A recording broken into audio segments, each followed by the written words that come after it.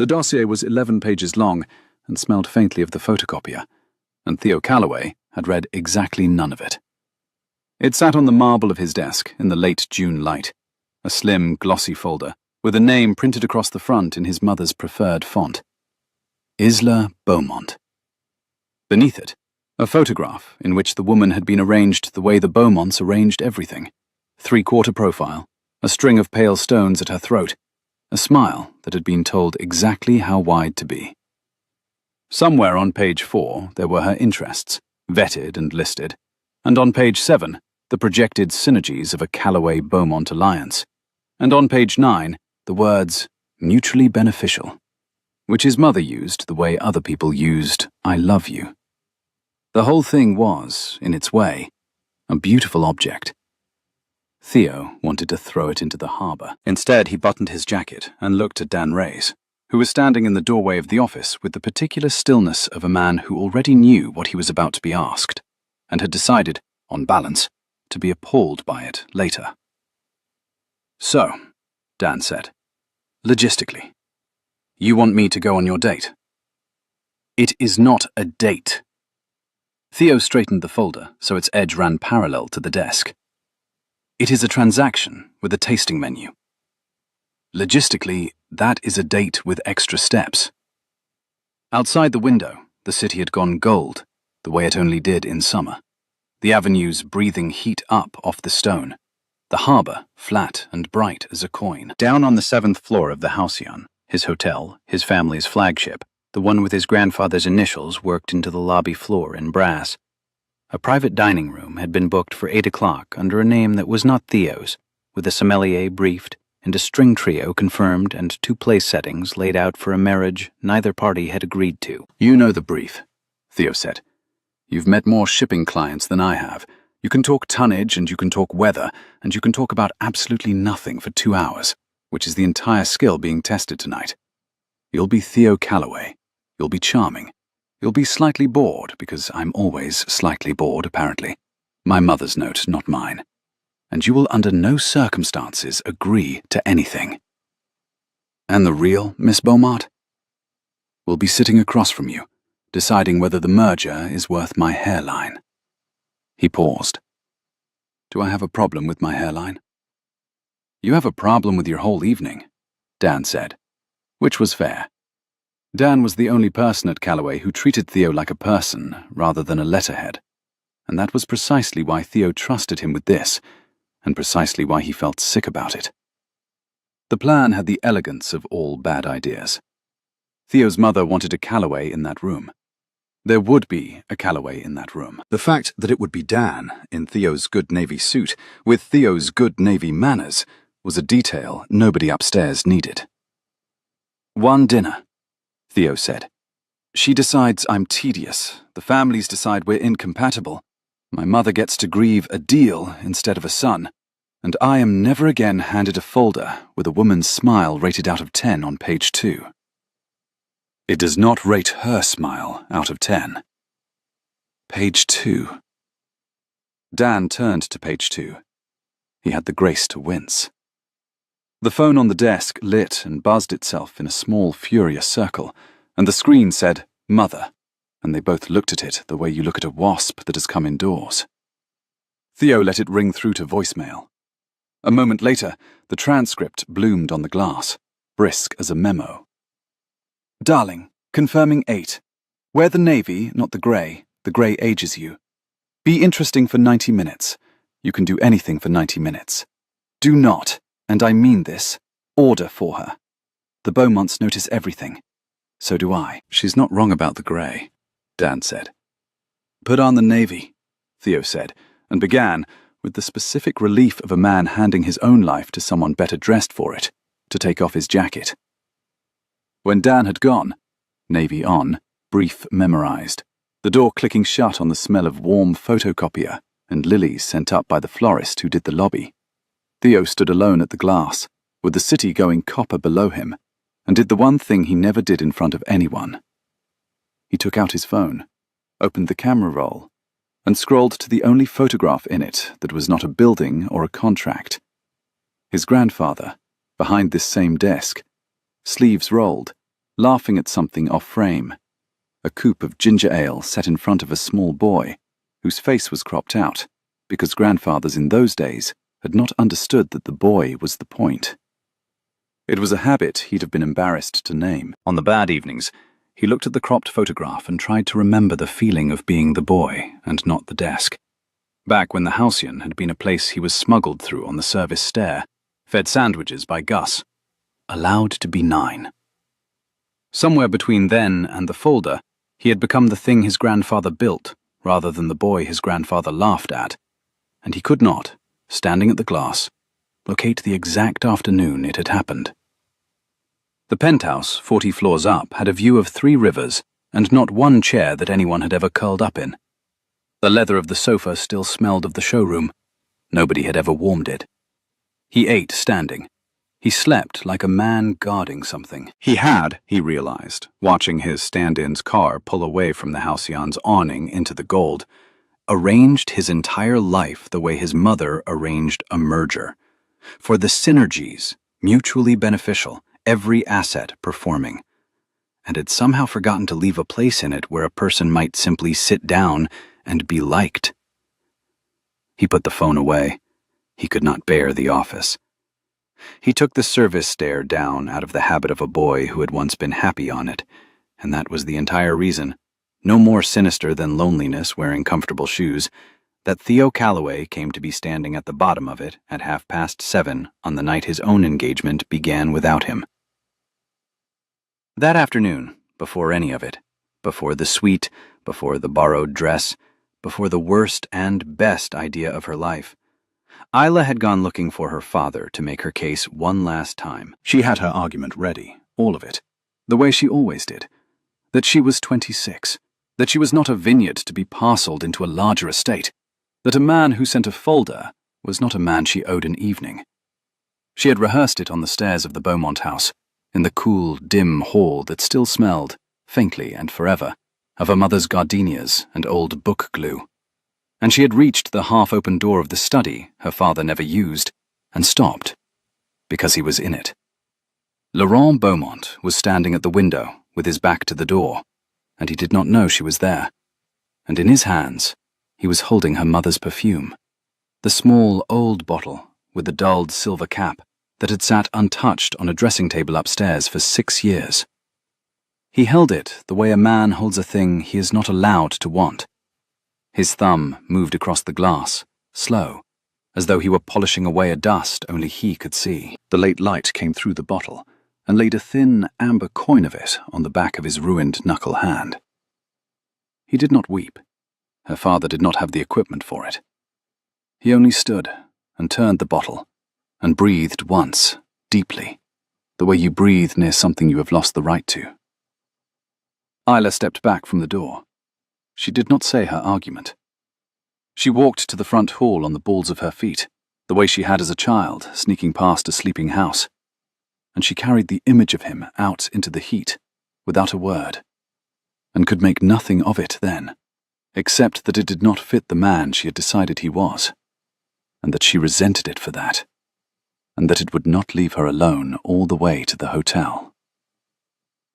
2 floors down and a world away, in a suite the halcyon kept for guests who tipped in legends, Isla Beaumont was teaching her cousin how to be her. "You hold the glass by the stem," Isla said. "You laugh at the second funniest thing he says, and not the funniest, because the funniest makes a man think he's won, and you never. Margot, are you listening? You never let him pay you a compliment without making him work for the next one." Margot Beaumont, who was 3 months older than Isla and had been borrowing her things since they were 6, turned from the mirror, wearing Isla's ivory dress and Isla's good earrings, and an expression of frank delight. "Off the record," she said, "I'm extremely good at this. You're playing me, not auditioning for me. Same skill, bigger budget." Margot tilted her head, and the earrings caught the light, and for a disorienting half-second, she did look like Isla. The same dark hair, the same straight Beaumont nose their grandmother had handed down like a deed. "Tell me again why we're doing the most insane thing either of us has ever done, instead of you simply going downstairs." Because, Isla thought, and could not say it cleanly even to herself. Because her father had built the evening like a building. Because the folder the Callaways had sent over had been matched by a folder her father's people had sent back. And somewhere in the exchange of glossy pages, a person named Isla had been negotiated into a person named Asset. And she had read the projected synergies of a Beaumont-Callaway alliance over breakfast, and felt herself thin out into a line on a spreadsheet. Because she had spent 26 years being chosen as the face of the spring campaign, chosen to cut ribbons, chosen last autumn by a man who turned out to be choosing the company. And she could not, would not, sit across a tasting menu from a stranger and be appraised again while a string trio played something tasteful about it. Because, Isla said, if Theo Callaway is going to decide whether I'm worth a merger, he can decide it about you. You'll be wonderful. You'll be me. You'll be slightly more patient than me, which the family will find a refreshing improvement. And where will you be? Hiding, Isla said, in the only place in this hotel nobody important would ever look. Margot's eyes narrowed with the old conspiratorial light, the one that had gotten them both grounded through most of a decade. The lobby bar. The lobby bar. Among the tourists and the conference lanyards, and the man who plays the piano badly. I will have one drink. I will be no one. And at 9:30 I will come up, you'll tell me he has a weak chin and strong opinions about yachts, and we'll go home. And the families will have their dinner, and I'll have had my 1 hour of not being for sale. It was, she knew, a small rebellion. It would change nothing. The merger would grind on. The synergies would synergize. Her father would find another evening to arrange. But there was a difference between losing a war and refusing to dress for one particular battle. And tonight, Isla intended to refuse with both hands. Stem of the glass, she said, kissing her cousin's cheek, breathing in her own perfume worn by somebody else. Second funniest thing. And Margot, if he's awful, be merciful. We have to read his obituary one day. Then she pulled on a plain linen jacket, the color of weak tea, the kind of thing a Beaumont was photographed in only by accident, scraped her hair into a knot, and went down to disappear. The lobby of the Halcyon at 7:30 on a summer Friday was a tide. Heat came in off the avenue every time the brass doors turned, and with it the smell of hot stone and somebody's cigarette, and the green note of the lilies the florist changed twice a week. Conference guests crossed it in lanyards. A bridal party laughed near the lifts. The bad pianist played something that wanted to be Gershwin and got most of the way there. Theo had not meant to come down. He had meant to stay in the office with a drink and the city and the clean relief of having escaped. And instead, he had found the office unbearable. Too quiet, too full of the folder, and had taken the service stair down out of an old habit from boyhood, when the back of house of his grandfather's hotel had been the only place he was allowed to be a boy and not an heir. The service stair came out behind the lobby bar, and the lobby bar, at the end of it, had Gus. Gus had tended the Halcyon's long marble bar since before Theo could see over it. He was somewhere north of 60, built like a closed door, and he greeted the grandson of his employer the way he greeted everyone, which was to say with the minimum number of words required by law. Mr. Callaway. Gus. Theo slid onto the end stool, the one half hidden by the column, the one that had been his since he was 9 and drinking ginger ale out of a coupe to feel important. I'm not here. You're never here. Gus set down a coaster with the gravity of a man laying a foundation stone. What's the no-name drinking? Something quiet. On the house, Gus said. A man who comes down his own service stair to hide in his own bar is having a worse night than he's letting on. That's not a drink. That's just true.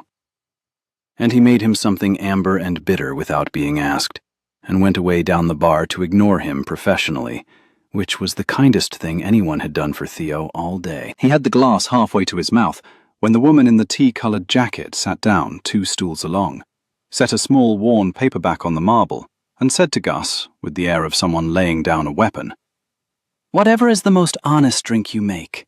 I've had a day of expensive ones." "Honest," Gus repeated. "No garnish pretending to be a personality, no foam.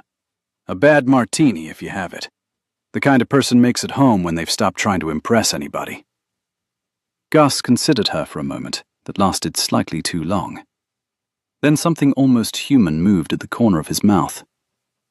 "A bad martini," he said. "I can do honest." And he made it plainly.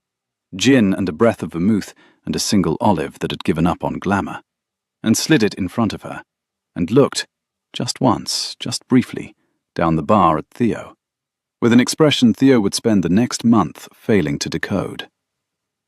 Theo should not have spoken. He had a folder upstairs with this exact evening engineered into it, and a stand-in 2 floors above performing his charm, and every reason to drink his quiet drink and vanish back up the service stair into his quiet life. But the woman had asked for an honest drink in his grandfather's bar, and she'd brought a book to a hotel lobby like a person who genuinely did not care to be looked at, and the knot in her hair had come loose on one side in a way the photograph on page 2 of Nobody's folder would never have allowed. "That's a serious thing to ask a bartender for," Theo said. "Honesty. He'll tell you you've got something on your blazer just to keep his hand in." The woman turned. She had a quick, dark, unimpressed gaze, and it traveled over him once. The Navy was upstairs on Dan, so Theo was in shirt sleeves and looked, he hoped, like no one, and arrived at the conclusion that he was harmless and possibly worth one sentence. "Do I have something on my blazer?" "No," Theo admitted. "Then he's a better man than you."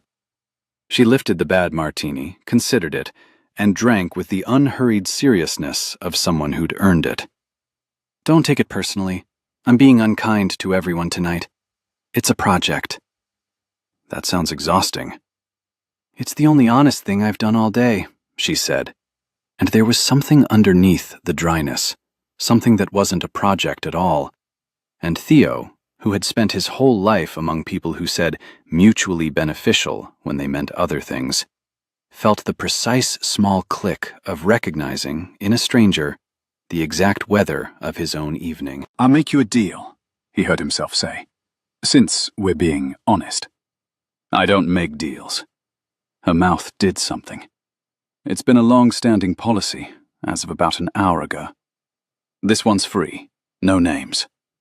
He turned his glass a quarter turn on its coaster. No surnames, no jobs, no families, no what-do-you-dos. You're having a terrible night, and so am I, and I don't want to be myself for the next hour. And I'd bet the bar you don't either. So, first names only.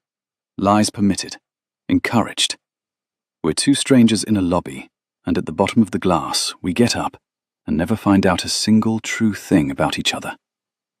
The woman set down the bad martini. For a moment, he thought she'd get up and go, and was surprised by how much he didn't want her to.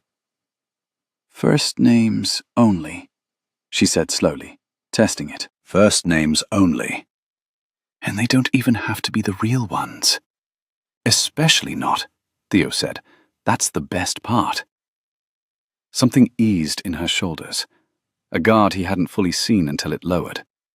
She put out her hand across the 2 feet of marble between them, and her handshake was warm and brief and entirely her own. "Ren," she said. "Jack," said the heir to the Calloway group, and felt, for the first time in a folder's worth of days, like a man who had not been rated out of 10 on anybody's page 2. Above them, somewhere up a marbled shaft and along a hushed corridor, in a private room with 2 place settings and a string trio playing something tasteful, his assistant pulled out a chair for her cousin, and the official courtship, the one the families would later swear they had watched bloom, began without a single real person in the room. It is a particular kind of freedom, to be no one to someone for an hour. Ren. Isla had chosen it for the bird and the lightness of it, for the way it weighed nothing. Discovered within 20 minutes that she had not laughed, actually laughed, the kind that surprises you out of your own chest, in longer than she could remember. Jack was funny in the specific way of a man who'd learned to be funny in self-defense.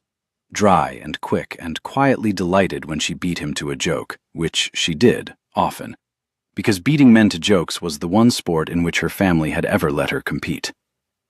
He claimed to be in shipping. She claimed to be a florist.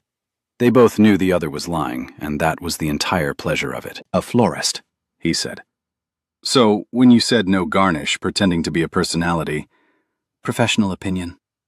She turned the stem of her glass and caught herself doing the thing she'd taught Margot 2 floors up, and stopped, because down here it didn't matter how wide she smiled. Most beautiful things are pretending to be a personality. It's the whole industry. That's bleak for a florist. I'm a bleak florist. It's a niche. She studied him over the rim. What's bleak about shipping? Everything arrives late, and nothing arrives the way it left. He said it lightly, but she heard the second floor of it, the way she'd hoped someone, someday, would hear the second floor of hers. And every so often, a very large object you are responsible for goes somewhere you never wanted it to go. And there's a great deal of paperwork, and at the end of it, everyone tells you it was mutually beneficial. She nearly dropped the olive. I hate that phrase, she said, with more heat than a florist had any business having. I would marry the woman who hates that phrase, Jack said, and then looked briefly alarmed at himself, and Gus, polishing a glass 8 feet away with the dedication of a man who heard nothing, made a small sound that was almost certainly not a laugh. Careful, Wren said. That's a lot of commitment from a man who ships things. What if she also hated, I don't know, your tonnage? My tonnage is extremely lovable. She turned the stem of her glass. See, I don't believe you ship anything. Your hands are wrong for it. You've got— She gestured at him with the olive pick, frank, unbothered, the way she could be when she was no one. That look. The someone irons your shirts look. You came down here from somewhere with a view, didn't you? You're slumming. It landed closer than she could have known, and Theo felt the old reflex rise, the smooth deflection, the charm that closed a door while seeming to open one, and chose, on the column stool of his grandfather's bar, not to use it. And you're a florist who orders a bad martini like she's punishing the entire concept of luxury, he said. So maybe we're both slumming. Maybe the people who can afford the view are exactly the people who'd give anything for 1 honest hour at the bottom of a hotel. Maybe that's the whole reason there are bars in lobbies. He met her eyes. I'll trade you. I won't ask why your hands are wrong for a florist's, if you don't ask why mine are wrong for a sailor's. We agreed. No true things. For a second, something passed between them that was sharper and warmer than banter. A recognition. 2 people in costume catching each other's eye through the eye holes. And then Wren looked down and pried the olive off the pick and said, No true things. And the dangerous moment folded itself politely away, and Gus, without being asked, replaced 2 coasters that did not need replacing. By the bottom of the second bad martini, they had agreed on the following true and untrue things. That the pianist was a genius being wasted, or a fraud being tolerated, and it was impossible to tell which, and that was his real talent. That the lilies were too much. That everyone in the lobby with a lanyard was running from a panel discussion called something like Disruption at Scale. That summer in the city was either the best or worst season to be lonely in, and they could not agree which. And that neither of them, under the terms of the agreement, would say one true thing about why they were each hiding in a hotel bar on a Friday night with somewhere they were supposed to be. I have somewhere I'm supposed to be, Wren admitted, which was as close to the line as the rules allowed. So do I. Jack turned his glass. Do you want to be there? No. Neither do I.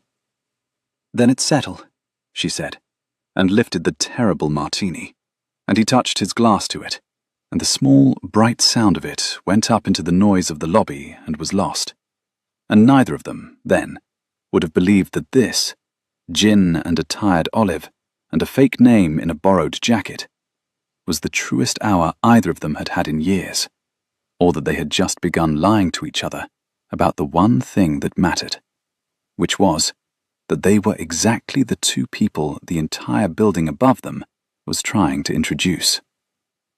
Across the lobby, the brass doors turned, and a wash of hot evening air came in, and on it, though neither of them noticed, the sound of a man 2 floors up, in a navy suit that was not his, laughing at the second funniest thing a woman in an ivory dress had said. Dan Reyes had not expected to enjoy himself, and was therefore in a great deal of trouble. The private room was beautiful in the way of money that has stopped needing to prove anything. Low light, linen the weight of a held breath, a sommelier who appeared and vanished like good news. Across the table sat Isla Beaumont, who was apparently a person who could make a sommelier blush, dismantle a politician with one clause, and eat a langoustine as though forgiving it, all without once raising her voice. The trouble was that she was not Isla Beaumont. He'd known it by the soup, a pale veloute that smelled of warm chestnut and browned butter, served too hot to rush. The dossier said Isla Beaumont had studied at 3 institutions and sat on 2 boards and disliked, per page 6, surprises.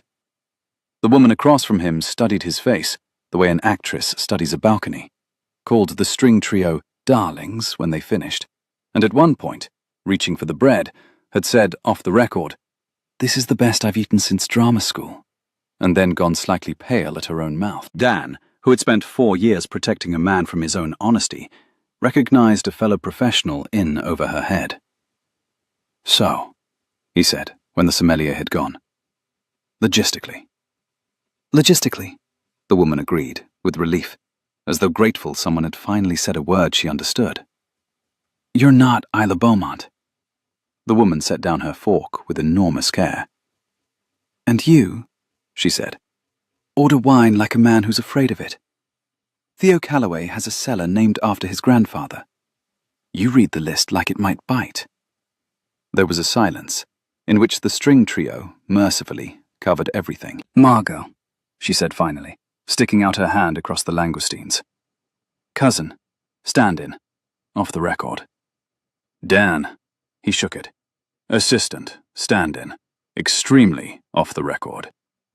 And then, because the alternative was to sit in the wreckage of 2 deceptions and a tasting menu neither of them was paying for, they began, very quietly, to laugh, until the sommelier returned, and they both arranged their faces into the official courtship the families were so confident they were watching. And Margot laughed at the second funniest thing Dan said, and Dan, who had never in his life been the funniest or the second funniest thing in any room, felt the floor of his ordinary life tilt very pleasantly sideways. "So," he said, when they had the room to themselves again, leaning in with the conspiratorial focus he usually reserved for quarterly logistics. "Logistically, we have a problem. The brief says I propose a second meeting before dessert. The families are expecting a status update by 10. If we underdeliver, they send the principals down to do it themselves, and then I'm in my cousin's dress at her engagement and she's nowhere to be found." Margot popped a sugared almond into her mouth and considered the catastrophe with the relish of a woman who had spent her whole life being the cousin. "Off the record, that would be the best dinner party of the decade. Off the record, it would end my career and possibly my organs. So we sell it." Margot straightened, and something in her changed register entirely. Her chin lifted, her voice cooled into Beaumont marble, and for a moment, she was so completely the woman from page 2 that Dan nearly checked the dossier. "Watch. I trained for this. 6 years of summer theatre and 1 extremely judgmental grandmother." She turned to where the sommelier hovered at the service door and said, in a voice pitched to carry exactly as far as a discreet report would travel, "Tell them the wine was inspired." And then, dropping back to herself, to Dan, sotto voce, "There. Now describe my dress to me so you can tell your people you noticed it. They love when the man notices the dress. It tests well." "It's..." Ivory, Dan said. It does a thing at the shoulder. It does a thing at the shoulder, Margot repeated, delighted.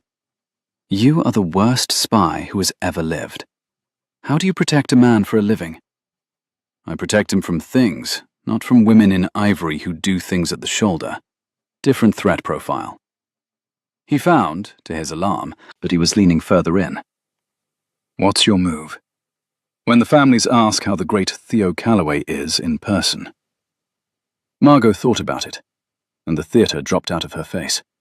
And what was left was just a woman 3 months older than her cousin, who had spent a lifetime being the understudy of a more important life.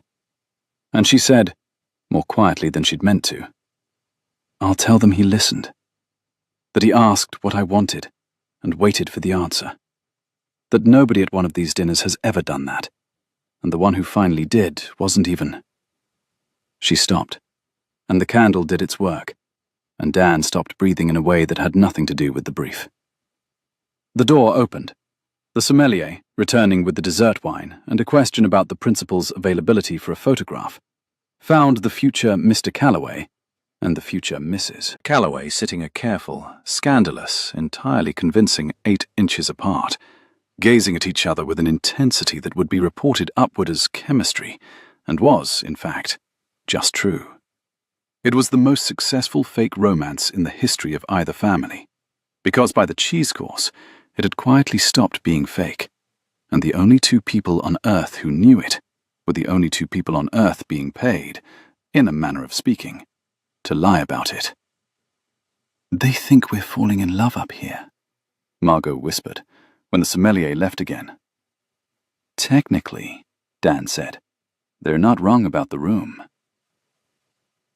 The summer went on the way summers do, in a series of evenings that pretended to be casual. Jack and Wren did not exchange numbers. That would have broken the agreement. And the agreement by then was the most precious thing either of them owned.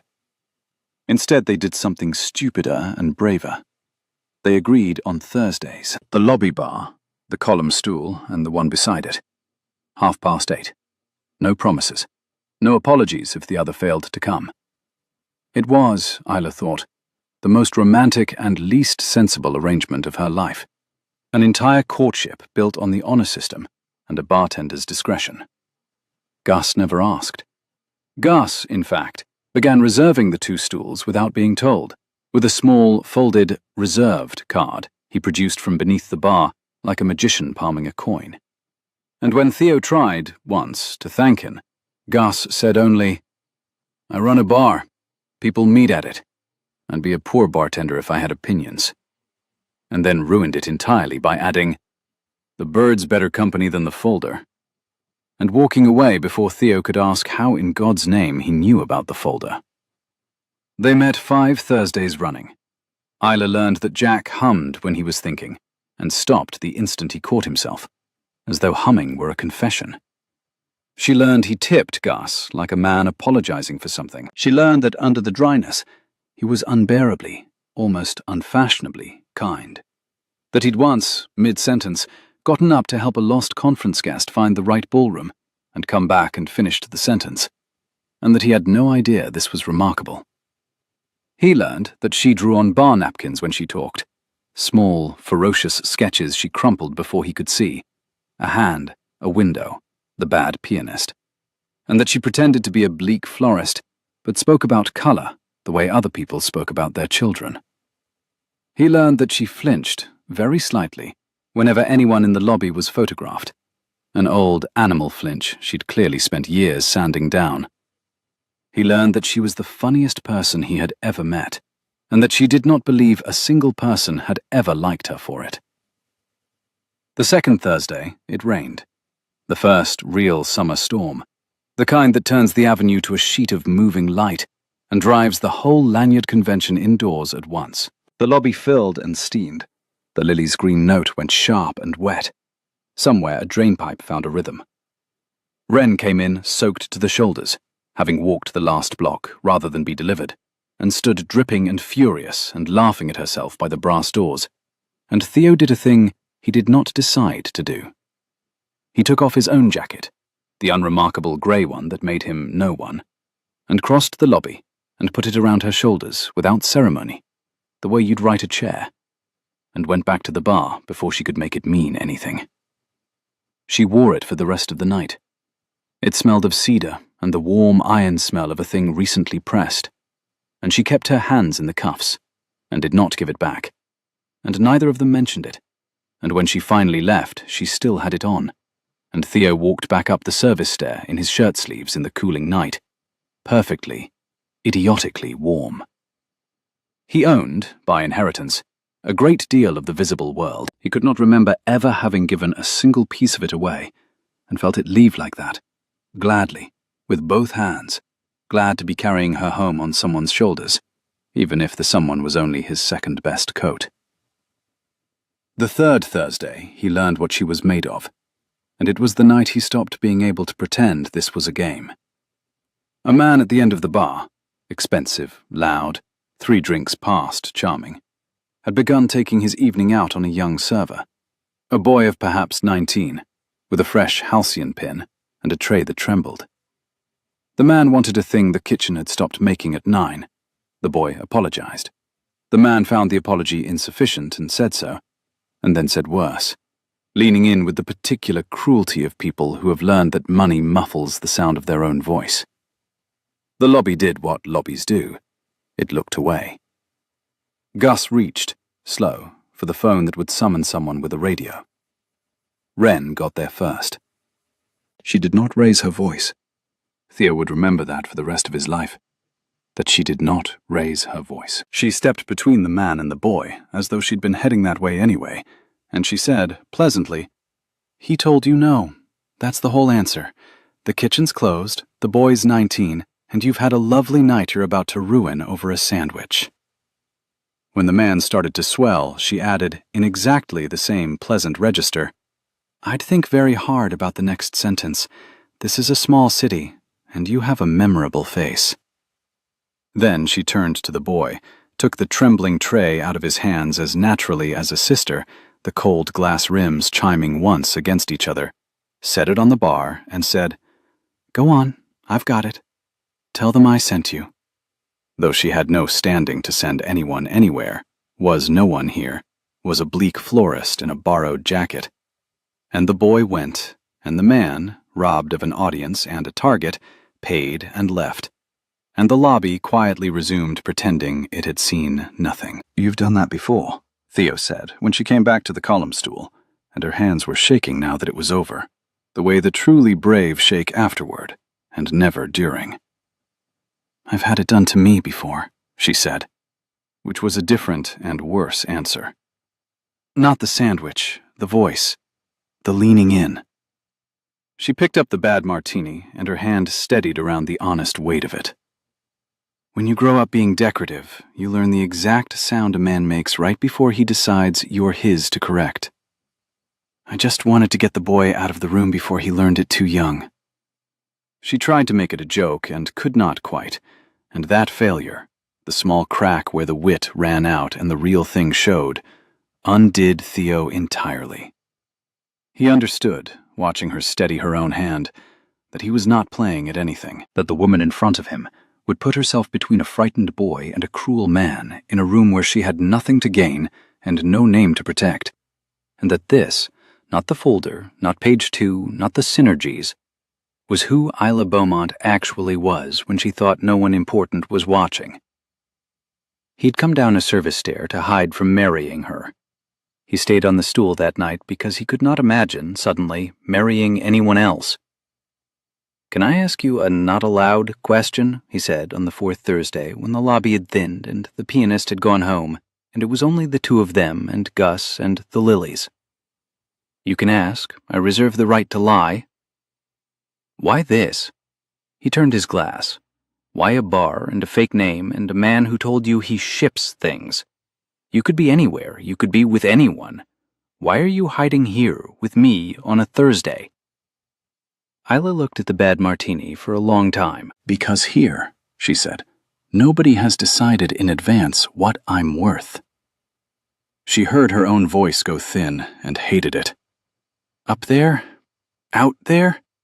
Everyone's already done the math on me before I open my mouth. I'm a sum. I'm a synergy.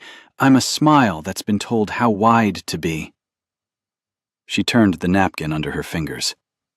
Down here, I'm a bleak florist who makes Gus almost laugh. Nobody's running the numbers. You don't even know my real name. You can't have decided what I'm worth because there's nothing to look up. She made herself meet his eyes. It's the only place I'm not for sale. That's why. There was a silence in which Theo Calloway, heir to a folder, understood with total clarity that he was going to have to tell her the truth, and that doing so would end the only honest thing in his life. He did not tell her. He was not, it turned out, as good a man as Gus thought. For what it's worth, he said instead, carefully, the math is wrong. Whoever's running it, it's wrong. You don't know what I'm worth, she said. That's the whole agreement. No, he agreed. But I know how to read a balance sheet, and I know an undervalued asset when I'm sitting next to one. And if anyone ever sells you, Wren, they'll be selling at the bottom of the market, and they'll regret it for the rest of their lives. It was the closest thing to a declaration the agreement could survive, and she knew it. And she looked away with her jaw tight and her eyes bright and said, That is a deeply unromantic thing to say. And meant the opposite. And Gus, down the bar, refilled a salt cellar that did not need refilling, and said nothing at all. The families, meanwhile, had decided things were going splendidly. This was the comedy of it, and the cruelty. The better Dan and Margot fell for each other upstairs in their borrowed names, the more triumphant the official reports became. Margot played a radiant Isla. Dan played a smitten Theo. The sommelier wrote it up, and the verdict travelled outward and upward until it reached the two people who had started the whole machine, who took it as proof that they had, as always, been right. Theo's mother left a voicemail he saved without meaning to, brisk as a memo, and softer underneath than she would ever say aloud. Darling, I don't know what you said to her, but the Beaumonts are over the moon, and frankly so am I. And I had a dream your grandfather was pleased, which is ridiculous, I don't dream. We're announcing, the Halcyon Roof, 3 weeks. Wear the Navy. And Laurent Beaumont summoned his daughter to the house. He did it the way he did everything, by appointment, in the study he never used, with a folder of his own open on the desk between them, like a third person at the table. Isla came in, still half warm, from a Thursday she could not explain, and stood, because her father had not learned in 6 years to offer her a chair. The Calloway Alliance proceeds, Laurent said, by way of hello. The gala is the roof of the Halcyon, 3 weeks Saturday. You'll wear the deep blue. The press will be managed. Vivian Calloway and I have settled the terms, the announcement, He turned a page. The optics. You've settled my optics. I have settled a future. The fact remains this house carried debt within living memory, and a name only stops being a name and starts being a fortune when it is married well. You have a duty to that. Your mother understood duty. It was the wrong card, and he played it the way he always had, certain of the trick. But Isla was not the girl who had thrown the first folder across a room. She had spent a month of Thursdays being no one to a man who liked her anyway, and it had given her a thing her training never had, which was a floor to stand on. My mother, she said quietly, married a man who described their wedding as a synergy, and spent the rest of her life lonely in a beautiful house. I know. She told me, before the end. She told me to marry the man who could not afford me. She did not raise her voice. She had learned that, this week, from someone. You are not arranging a merger, Father. You are arranging me.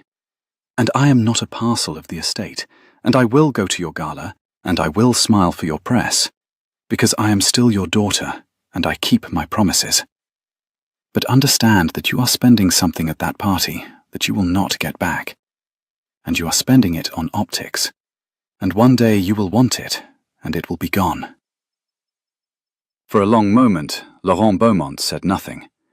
The folder lay open between them. Somewhere in the house, a clock that had been her mother's marked the half-hour.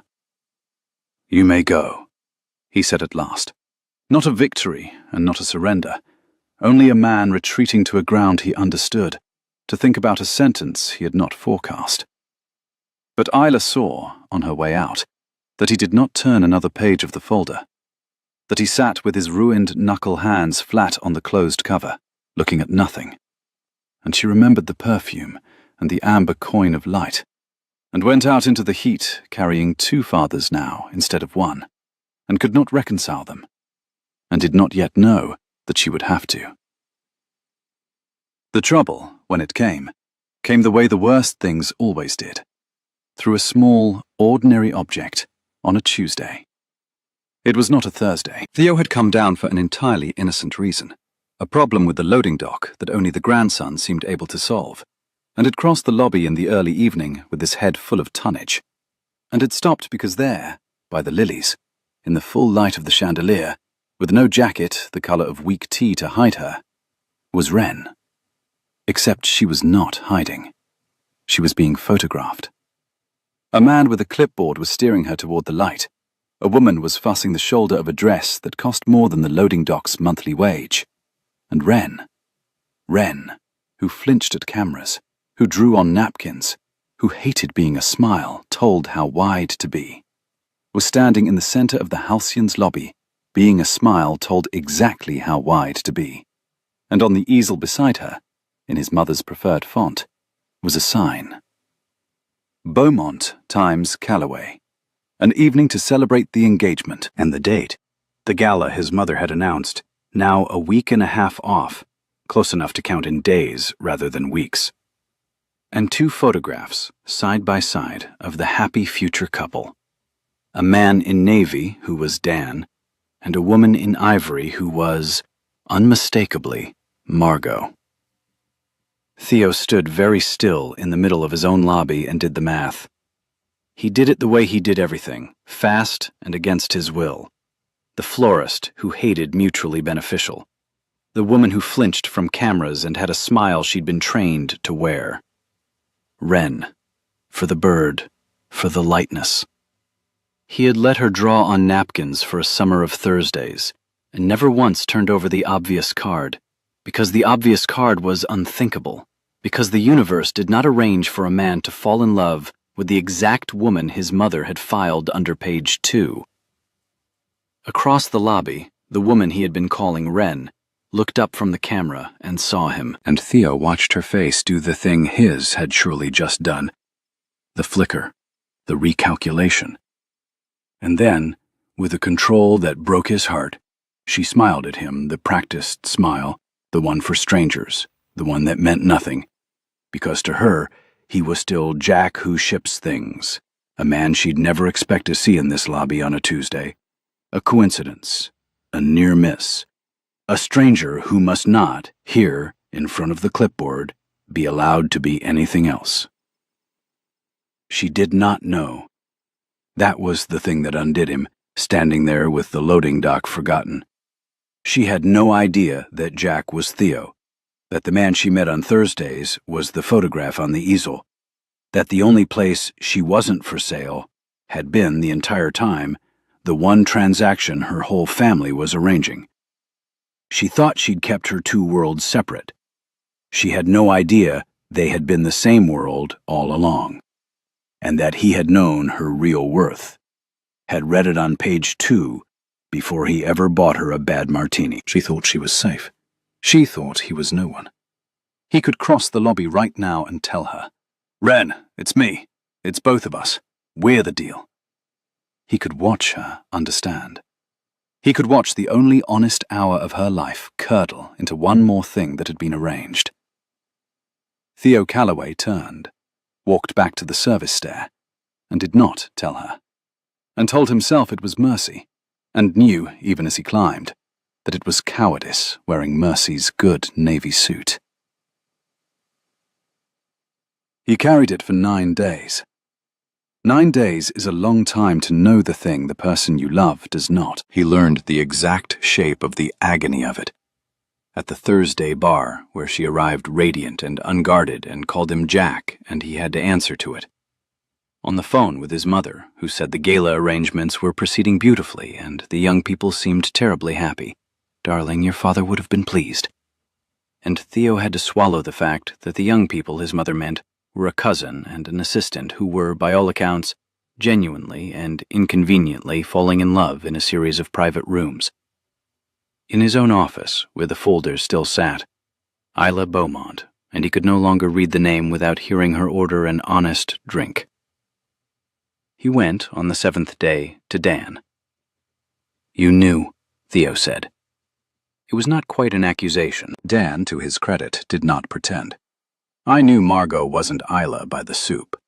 I did not know," he said, with the careful precision of a man who has rehearsed this, "that your bleak florist was Isla Beaumont, until you came back from the loading dock the color of a man who's seen a ledger he can't unsee, and Gus told me to mind the bar." He set down the file he was holding. "So, logistically, you've spent a whole summer of Thursdays falling in love with the woman you sent me downstairs to avoid marrying." "That's a tidy way of putting a catastrophe." "And Margot and I," Dan said, and stopped, and Theo saw, with a strange ache, that his assistant had gone soft around the eyes in a way Theo had never seen, "have spent 5 private dinners falling into the same hole from the other end of it. We've been faking your engagement so well because we stopped faking about 2 weeks ago." He exhaled. "Off the record, it's the best thing that's ever happened to me. On the record, we have built a disaster with 4 floors and a string trio." "Tell me what to do," Theo said. "Tell her." Dan said it simply, the way only a man who has just stopped lying can. "Before the gala, tell her in the one place she trusts, with her real name in your mouth, and let her be angry, and let her decide. The longer you wait, the more it looks like the thing she's most afraid of, that someone ran the numbers on her and decided to play the long game. You have a window, Theo. It closes the second she finds out from a sign on an easel instead of from you." Theo nodded. He went down to the bar that Thursday with the whole truth loaded behind his teeth, and he ordered 2 bad martinis, and Wren came in with summer in her hair, and sat on the reserved stool and said, "You will not believe the week I've had pretending to care about a party," and laughed, and reached over and stole his olive, and Theo looked at her, and the window stood open in front of him, wide and bright and merciful. He did not climb through it. He told himself it was for one more Thursday. It was the happiest and the most dishonest night of his life, and he knew it even while he lived it, which is the particular cruelty of a glimpse. You see the thing whole, exactly as you are about to break it. Because that Thursday they stopped pretending the agreement had an end. It happened by accident, the way the real things do. The lobby had gone quiet and gold. The lanyards departed. The lilies changed that afternoon to something with a pepper edge to it. And Wren had her shoes off, one foot tucked under her on the stool, sketching the pianist on a napkin without crumpling it for once. And she said, idly, in the warm carelessness of someone who has forgotten to guard a door, "When I'm old, I'm going to live somewhere with a terrible piano and make everyone who visits learn one song badly. That's the whole estate plan." And Theo, before he could stop himself, said, "I'll do the bridge. I've been practicing in my head." And she laughed and said, "You don't play?" And he said, "I'll learn. We have time." We.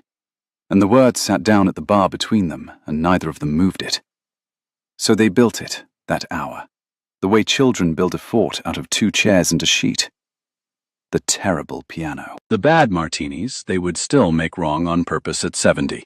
Gin and a breath of vermouth and 1 tired olive, the only honest drink, their drink. And somewhere in the building of it, the bad martini stopped being a joke about a drink and became the word they used for the thing itself, for honesty, for the unguarded truth between 2 people who owed each other nothing. "Promise me," she said, mock solemn, raising the terrible glass, "that whatever happens, You will always make me a bad martini. The honest kind. No foam, no garnish pretending to be a personality. And Theo, who had a folder upstairs with her real name on page 2 and had known the truth for 7 days, touched his glass to hers and said, "Always. The honest kind. I promise." And meant it so completely that he could not feel the lie standing right behind it. He made his joke then. The first real joke he'd made in years. A small, dry thing about the pianist finally learning the bridge after a decade, about how a man could practice the wrong thing his whole life, and one summer simply decide to play the right one. And she laughed so hard she had to put her glass down. And the novelty of having made her laugh like that. Him, Jack, no one, a man who in part 1 of his life could not joke at all, closed the window as gently as a hand. He let it close. He bought another round. He walked her to the brass doors and watched her go out into the summer night, still half laughing. And he stood in the lobby of the hotel his grandfather built, holding a promise he had already broken, and told himself there would be a better Thursday to tell her in. There was not a better Thursday. There was the gala. The Halcyon's rooftop on the night of the gala was the city's whole summer poured into one room. They had strung the terrace with light, the warm color of the inside of a peach. The harbor lay below, black and stitched with gold. Champagne went by on trays like a rumor, and the band played something that was, mercifully, not Gershwin. 2 families stood among 500 guests to celebrate the engagement of Theo Calloway and Isla Beaumont, neither of whom was, technically, present as the person being celebrated. It was a comedy with the timing of a tragedy. Isla arrived as Isla. There was no avoiding it. She could send a stand-in to a dinner, but not to her own engagement party. In a gown the color of deep water, with her father at her elbow and her face arranged into the smile she'd been trained to wear, scanning the crowd for the man in the photographs, the fiancé she'd never met, the Theo Calloway whose folder she'd thrown across a room 3 weeks and a lifetime ago. Somewhere up here was the husband her father had built. She intended to find him and be civil and survive the evening, and meet Jack on Thursday and tell him she'd done a terrible thing for a good family, and ask him to make her laugh about it. She found Margot first, in ivory, radiant, on the arm of a man in navy. "That's not Theo Calloway," Isla said, very quietly to her cousin, in the corner by the ice sculpture, with the smile still nailed on. "Margot, that is Theo Calloway's assistant. You're holding his arm like—" And then she saw the way Margot was holding his arm, and the way the man was looking at her cousin, and a small, cold understanding began.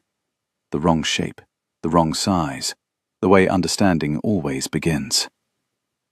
"Isla," Margot said, "there's something I have to— Where is Theo Calloway?"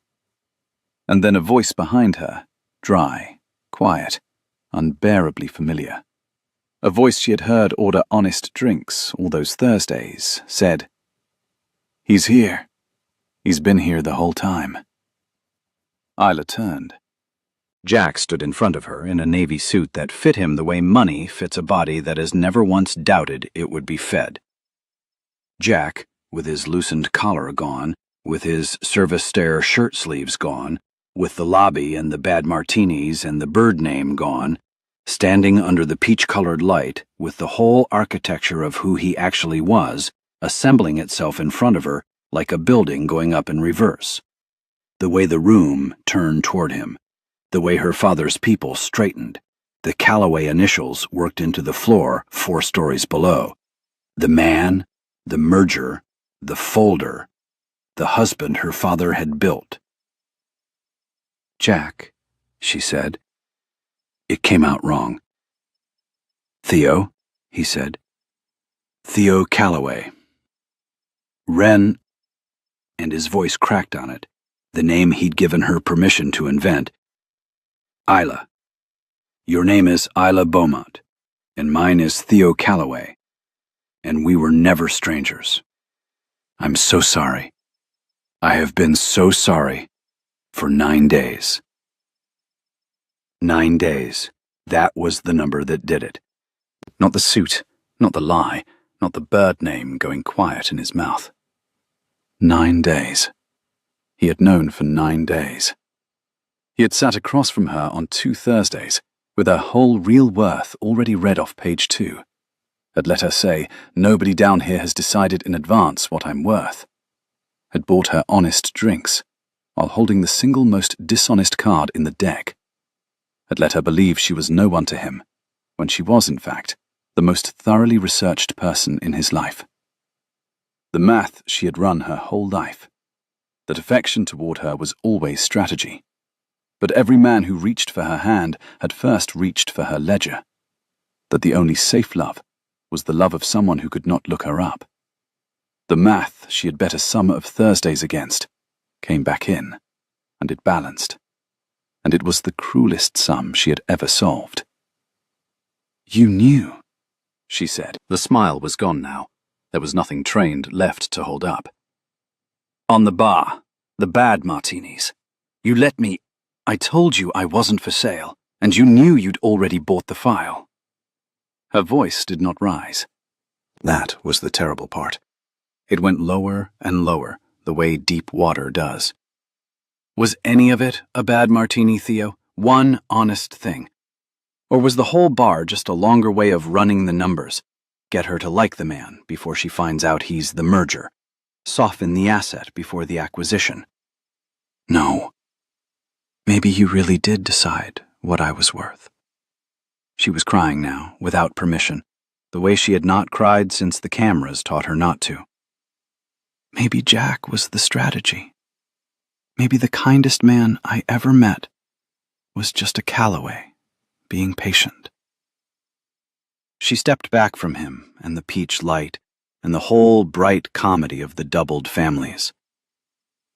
Maybe the one place I wasn't for sale was the one place I was being sold the entire time, and I was too busy laughing to read my own folder.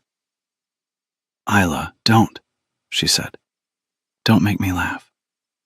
It's the only thing you were ever good at, and I can't afford it tonight." And she turned, gown the color of deep water, and walked out through 500 guests and 2 proud families and a sign in her mother-in-law's preferred font, past the ice sculpture and the band and her father's astonished face, and did not stop, and did not look back, and left Theo Calloway standing alone under a sky he owned, holding 2 names that had stopped belonging to anyone. Her father found her on the lower terrace where the light didn't reach. Laurent Beaumont was a man built entirely of the verdicts he delivered, a man who had not asked his daughter a sincere question since he lost her mother, who spoke in fact remains and entered every room as though correcting it. He had built the evening upstairs the way he built everything, for the brand, for the legacy, for the synergies, and he had watched his only child walk out of it in front of 500 people. And he had come down, Isla was certain, to deliver the verdict on that. "The fact remains," he began. "Don't." She did not turn from the railing and the black water. "Whatever the fact remains, I don't want the brand's opinion tonight. I want my father's. And you sold him to a merger before I was old enough to know the difference." She heard behind her a silence that did not belong to him. Laurent Beaumont was not a man who let a silence sit. When she finally turned, he was holding something. A small glass bottle, old, the silver cap dulled. Her mother's perfume. The one that had sat on the dressing table for 6 years untouched, because no one in the house could bear to move it. Isla had not known he carried it. She had assumed, the way children assume, that he felt nothing he could not put in a press release. "Your mother," Laurent said, and his voice did something Isla had never heard it do. "Asked me once why I had married her. We were young. The Beaumonts had nothing then but the name and the debt. And I gave her, God forgive me, I gave her the synergies, the strategy, the good of the family. He turned the bottle in his old hands the way Jack turned a glass, the label rasping faintly against his dry thumb, and Isla felt the floor of her anger tilt. She laughed at me. She said, "Laurent, you have just described a merger, and I have described a marriage, and one of us is going to be very lonely." She was right. I built you an evening I would have built her, because it is the only language I have ever been fluent in. And I've watched you walk out of it the way she always wanted to and never let herself. And I find... He stopped. The proud architecture of him stood very still. I find I am glad. And I do not know what to do with being glad, because it is not in any of my forecasts. It was not an apology. Not yet. She knew her father, and the apology would have a cost, and he had not paid it. But it was the first true thing he had handed her since the dressing table went silent. And she took the perfume bottle from him, because his hands were shaking, and set it carefully on the cold marble between them. "He knew who I was for 9 days, she said, and he didn't tell me." "And the boy in the Navy," Laurent said slowly, "is the grandson of the man who built this hotel, and I have spent 3 weeks negotiating his future with a folder, and it does not seem to have occurred to either of our families that the children might have opinions." A pause. "The fact remains," he said, and then, with great difficulty, as though the words cost him a board seat, "I would like to know yours. What you want, not the brand's. Yours. I am asking. I have not asked you a thing in 6 years, and I am asking now." Isla looked at her father, and at her mother's perfume, and at the black water that had no opinion about anyone's worth, and found she did not have the answer, only the shape of it. "I want to have been a bad martini," she said, "to someone. Once. Honest, and not for sale, and chosen anyway." She wiped her face with the back of her hand, ruining the training. "And I don't know if I was." There is a version of this story where Theo Calloway sends a folder. He did not send a folder. He sent, the next morning, by hand, to the Beaumont house, a single bar napkin, creased and ringed and unmistakably honest, on which a bleak florist had once sketched a hand and a window and the bad pianist, and then crumpled it before he could see, except he had uncrumpled it that 4th Thursday when she went to the powder room, and smoothed it flat, and kept it in his jacket like an idiot, like a man, like someone who had decided what she was worth, and the answer was everything. And beneath the drawing, in his own hand, he had written, "You said the math was the whole agreement. Here is mine. I withdrew the merger this morning. There is no Beaumont Calloway deal. My mother is appalled. The synergies are buried. I did it before I wrote to you, so that nothing in this letter could be strategy. I have no offer to make you, and nothing to gain by making it. I am not the merger anymore. I am only the man who shipped things, who never shipped anything, who came down his own service stair to hide, and met the one person who didn't know his name, and finally, for an hour, liked him for it. I should have told you in the bar. I was a coward in a good suit. Jack was not the strategy, Isla. Jack was the only true thing I have ever been, and I would rather be Jack to you, broke and mergerless and no one, than Theo Calloway to anyone else alive." Thursday. The column stool. No promises. No apologies if you don't come. I'll be there until Gus throws me out. Isla read it 4 times. Then she went to find Margot, who was crying happily into a phone with Dan, and her father, who had cancelled 3 meetings and was sitting in the garden doing nothing, which she had never once seen him do. And she said, "I have to go to a bar." And her father said, "Take the car." And then, after a moment, "The fact remains," and stopped himself, and said instead, "Be home when you are home. Or don't. I'll manage."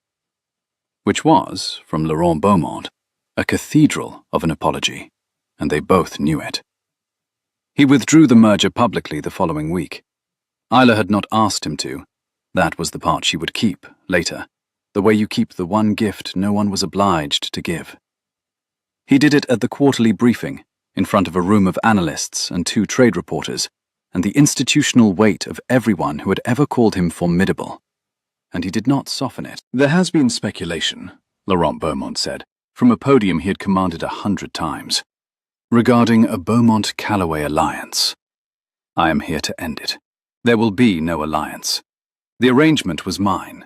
The error was mine. He paused, and the room, scenting weakness, leaned in, and the old man gave it to them anyway, on purpose, at full price. The microphone carried the small, dry click of his swallow to the back of the ballroom. Nobody breathed. I attempted to negotiate my daughter's life as though it were a tonnage contract, with synergies and optics and terms. I was wrong to do it. A daughter is not an asset of the parent company. I've spent a long time confusing the things I built with the people I was meant to love, and I am too old to keep making that particular trade. He gathered his notes that he had not once looked at. The fact remains, he said, and here, for the only time in his public life, he let the room watch the sentence cost him something. That the most valuable thing I will ever decline to monetize walked out of a party 3 weeks ago, and was right to. That is all. There are pastries at the back. The stock dipped. The reporters wrote it up as eccentric. Vivian Calloway sent him a single line that read, "Against all expectation, you have more spine than my son, and I mean that as the highest compliment I am capable of." It cost Laurent Beaumont a great deal. A deal, a forecast, a reputation for never being moved. And it was meant to. An apology that costs nothing, he had finally understood, is only optics wearing a softer suit. Thursday came, the way Thursdays do. Gus had the 2 stools reserved, the little folded card already out, though no one had told him to. He had a bad martini half built when the brass doors turned and the hot summer evening came in, and a woman in a plain linen jacket the colour of weak tea, not the gown, never again the gown, the jacket, crossed the lobby, past the lilies and the lanyards and the pianist, who had at last learned the bridge. Theo was on the column stool. He had been on the column stool, by Gus's count, for 2 hours and 1 false alarm, and he stood up too fast when he saw her, and knocked his knee on the brass rail, and swore, and she heard him swear, and something in her chest that had been holding very still for a week let go all at once. "Florist," he said. "Shipping," she said. They stood there, the 2 feet of marble between them, the exact 2 feet across which a stranger named Wren had once put out her hand. "I withdrew the merger," he said. "I wanted that to be the first. I read the napkin." She came and sat on the reserved stool. Up close, he could see she had been crying and had stopped, and had decided something on the far side of it. 4 times. Gus, 2 bad martinis. The honest kind. "Coming up," Gus said, with the air of a man who had been waiting his whole career to make exactly this round, and built them plainly, gin and a breath of vermouth, and 2 olives that had given up on glamour, and set them down, and for once in his life, did not walk away. "I'm not a florist," Isla said, turning her glass by the stem, the old trained gesture. Except down here it had stopped being a performance, and become only a thing her hands did when they were nervous. "I'm Isla Beaumont. My father builds mergers, and my mother is gone, and I draw on napkins.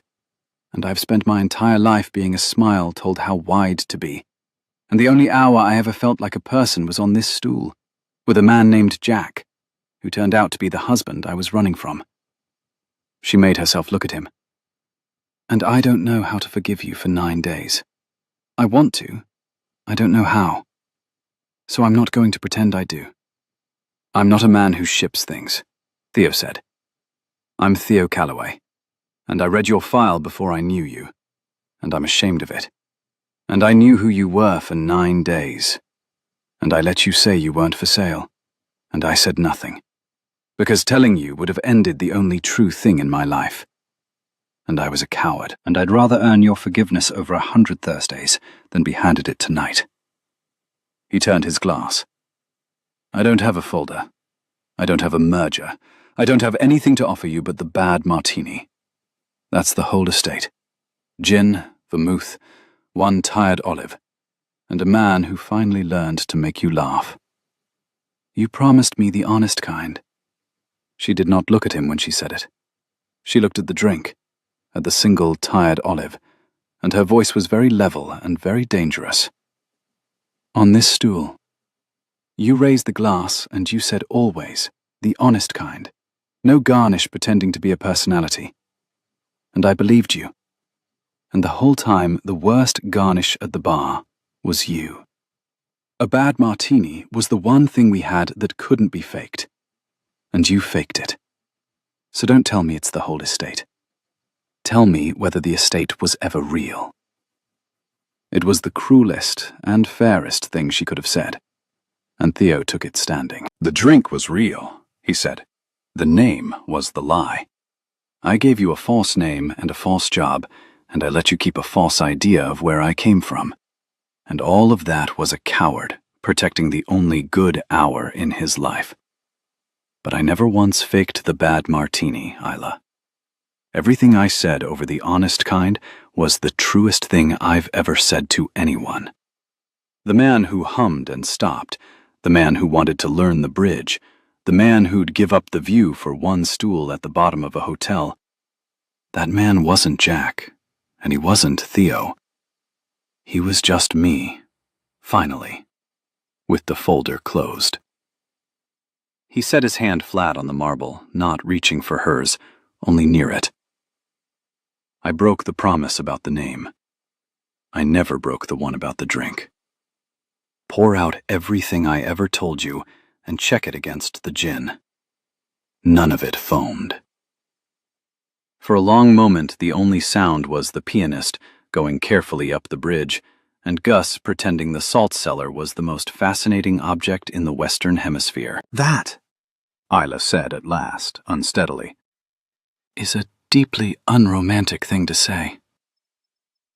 And Theo, who knew exactly what those words had meant the first time she said them on this stool, felt the floor of the worst 9 days of his life finally hold his weight. Isla looked at the terrible, honest drink, and at the man who had given up an empire's worth of synergy so that nothing he said to her could be strategy, and at Gus, who was pretending to polish a glass and failing, and at the bridge the pianist had finally learned, going up bright and sure into the summer noise. Make me laugh, then, she said. I told you I couldn't afford it. I lied. It's the only thing I want to buy. So he made her a joke. A small, dry one, about a man who'd hidden in his own bar and gotten so good at being no one that he'd accidentally become someone worth keeping. And it was not a very good joke, and she laughed anyway. The kind that surprises you out of your own chest, the kind no camera had ever caught. And somewhere, 2 stools down, a cousin and an assistant came through the brass doors hand in hand, late and unrepentant. And Gus, without being asked, reached for 2 more glasses. On the house, he said, to no one, to all of them, to the whole improbable summer. The honest kind. I find I've developed opinions after all. Outside, the harbor held the last of the gold. Inside, the pianist played the bridge again, just to prove the first time hadn't been luck. And Theo Calloway touched his glass to Isla Beaumont's. The small, bright sound of it going up into the lobby of the hotel his grandfather built and his mother bargained with, and his heart, it turned out, had been waiting in all along. 2 strangers who had traded every name but the true ones, and had found, at the bottom of the glass, that they hadn't needed those at all. Wren, he said, softly, just once, the way you keep a thing you love. Jack, she said back, and smiled. Not a smile told how wide to be, but the other kind, the unmeasured kind, the kind worth the whole merger and more. And they stayed until Gus threw them out, which, that night, he never did. At the very end of the summer, when the heat had begun to lean toward gold in the afternoons, and the avenue smelled of dust and the first cut grass from the park. Theo Calloway cleaned out his office. He did it himself, on a Sunday, in shirt sleeves, with the windows open and the city loud and ordinary below him. He found, in the bottom drawer of the desk that had once held a coupe of ginger ale for a boy who was the point, the slim, glossy folder with a name printed across the front in his mother's preferred font. Isla Beaumont. The Smile rated on page 2. The Synergies on page 9. He sat with it a while in the light. Then he carried it down the service stair to the lobby bar, where a woman in a tea-coloured jacket was teaching Gus, against his will and his entire professional dignity, the correct way to make a drink badly on purpose. "What's that?" Isla said. "My homework," Theo said, "from before I met you." He set the folder on the marble between them, the exact 2 feet of marble, and slid it toward her, the way her father had once slid a perfume bottle across cold stone. "I thought you should be the one to decide what it's worth." Isla opened it. She read page 2, where her smile had been rated, and page 9, where she had been a synergy. And she did not flinch. That was the thing Theo loved most, watching it. That she had stopped flinching. That the woman who once turned to stone at the click of a camera now read her own price list with the steady amusement of someone who had set a better one. Then she closed it and handed it to Gus and said, "Coaster." "It's 11 pages, Gus said. "It's a very thorough coaster." And Gus, who had developed opinions, tore the folder cleanly down the spine, fanned the pages into a stack, and set the first one under Theo's bad martini, where the projected synergies of a Calloway-Beaumont alliance slowly drank up a ring of honest water and were at last of use to somebody. The families had made their peace by then, in the awkward, real way of people who have been wrong out loud. Vivian Calloway had taken 3 weeks to forgive her son the merger, and one evening, over a dinner Isla cooked badly on purpose in a kitchen with no staff, to fall in love with the girl who'd cost her a fortune. The smell of slightly scorched garlic, Theo would think later, did more diplomatic work in one evening than any term sheet his family had ever drafted. Laurent Beaumont came too that night, and stood in the doorway holding a bottle of wine he could not have priced, and a thing he had clearly rehearsed. And what he finally said, looking at his daughter in a borrowed apron in a small, bright kitchen, was, "The fact remains." And then he stopped, and tried again, and got it right. "I am glad. I do not have a forecast for it. I find I no longer need one." Which was, from Laurent Beaumont, the whole apology and the whole blessing, paid in the only currency that had ever cost him anything.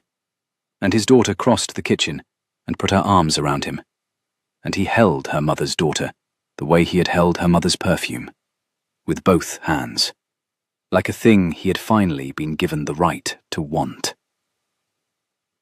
Dan and Margot were married first, in the autumn, before either of the principals, which everyone agreed was only fair, since they had done all the actual dating. Dan gave a speech that began, "So, logistically," and Margot interrupted him to say, "Off the record, I loved him by the soup." And the lobby pianist, hired for the occasion and forgiven all his decades of error, played the bridge perfectly, and then, on request, played it badly, and got the bigger laugh. There is a penthouse 40 floors above the Halcyon that Theo Calloway gave up, in the end, for a narrow old house with a garden and a terrible upright piano he is still, slowly, learning the bridge on. There is a coupe of ginger ale that turned, over a quiet summer, into a bad martini made the honest way, gin and a breath of vermouth and one tired olive. Their drink, their word, the thing they say to each other across a crowded room when one of them is being too polished and the other wants the truth. Make me a bad martini. There is a bartender north of 60 who keeps 2 stools reserved at the end of a marble bar with a small folded card, and who tells anyone who asks that he runs a bar, people meet at it, and he could not possibly have opinions, and who is lying, gloriously, every time he says it. And on a shelf in the narrow house with the garden there is a single bar napkin, creased and ringed and smoothed flat, with a sketch of a hand and a window, and a pianist who finally learned the bridge, framed the way you framed the one true thing, beneath which, in a steady hand, a woman who was once for sale to the highest bidder has added a line of her own, in answer to a letter she read 4 times. The math was wrong. You undervalued it. W. Wren, Theo says sometimes, in the dark of the narrow house, just to keep the thing he loves.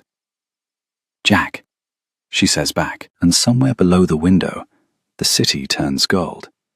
and neither of them, who traded every name but the true ones, has ever once needed to look the other up.